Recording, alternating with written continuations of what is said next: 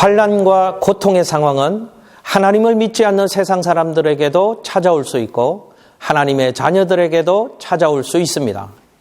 그러나 하나님의 자녀들에게는 환난 중에 주시는 특별한 은혜가 있다는 것이 차이점입니다. 하나님이 환난 중에 하나님의 자녀들에게 주시는 특별한 은혜는 기도의 특권과 응답의 축복입니다. 환난 날에 세상 사람들은 길이 없고 방법이 없어서 절망합니다. 그러나 하나님의 자녀들은 환난 날에 부를 수 있는 이름이 있습니다. 그 이름을 부르면 환난에서 우리를 건져 주십니다. 시편 50편 15절 말씀에 환난 날에 나를 부르라 내가 너를 건지리니 네가 나를 영화롭게 하리로다 라고 말씀합니다. 여러분 기억하십시오. 환난 중에 부르짖어 기도하면 하나님은 놀라운 응답과 은혜를 주실 것입니다. 환난 중에 부르짖으면 하나님은 인생의 광풍을 잠잠케 해주십니다. 아무리 거세게 휘몰아치는 광풍이라 할지라도 하나님이 명령하시면 소멸될 수 있습니다. 왜 그렇습니까? 하나님이 우주의 주인이시기 때문에 그렇습니다. 만물의 주인 되신 여호와 하나님께서 절대 주권을 가지시고 우주 만물을 주장하고 계시므로 오직 하나님만이 인생의 모든 광풍을 잠잠케 하실 수 있는 것입니다. 그러므로 여러분 기도할 때 그냥 기도하지 마십시오. 나를 근심 중에 빠뜨리고 있는 이 광풍을 잠잠케 해주실 하나님을 믿음으로 바라보면서 기도하십시오. 그 하나님을 기대하며 소망하며 확신 가운데 기도하실 수 있기를 바랍니다.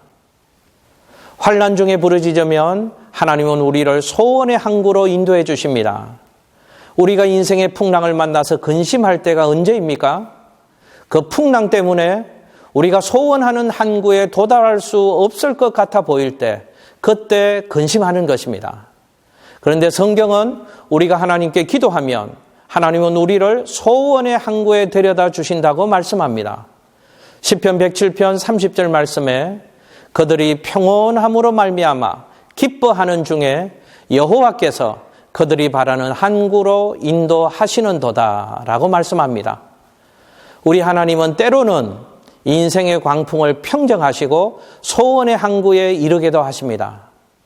또 때로는 그 풍랑이 여전함에도 불구하고 그 풍랑 속에서도 흔들림이 없는 하나님의 평안을 누리도록 만들어서 소원의 항구에 이르게도 하시는 것입니다. 하나님은 암병에 걸린 사람을 고쳐서 천국으로 인도하시기도 하시고 또 때로는 암은 그대로 두고 암을 이길 수 있는 믿음을 주셔서 천국으로 인도하시기도 하시는 것입니다.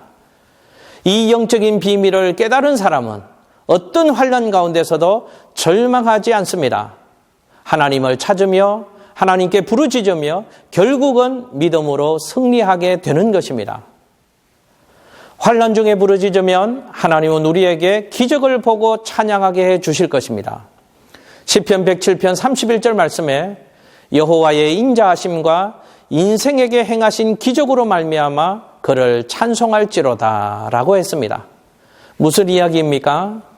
우리가 하나님께 구하면 하나님은 우리 인생의 기이한 일들, 기적의 일들을 우리 앞에 허락해 주신다는 뜻입니다. 신앙생활을 하면서 잘못된 두 극단이 있을 수 있습니다. 기적만 기대하고 사는 것은 잘못된 것입니다. 그러나 기적의 하나님을 믿으면서도 기적을 기대하지 않고 사는 것은 더더욱 잘못된 것입니다. 사랑하는 시청자 여러분, 성경에 일어났던 기적의 역사들은 오늘 우리의 삶에도 재현될 수 있습니다. 반복될 수 있습니다. 성경에서 역사하셨던 하나님은 어제나 오늘이나 영원토록 동일하신 하나님이시기 때문에 그렇습니다. 혹시 여러분 인생 바다에 큰 풍랑이 일어나고 있습니까?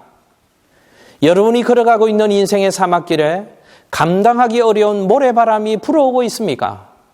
그래서 큰 근심 중에 빠져 계십니까? 하나님께 기도하십시오. 하나님은 반드시 은혜를 베풀어 주실 것입니다.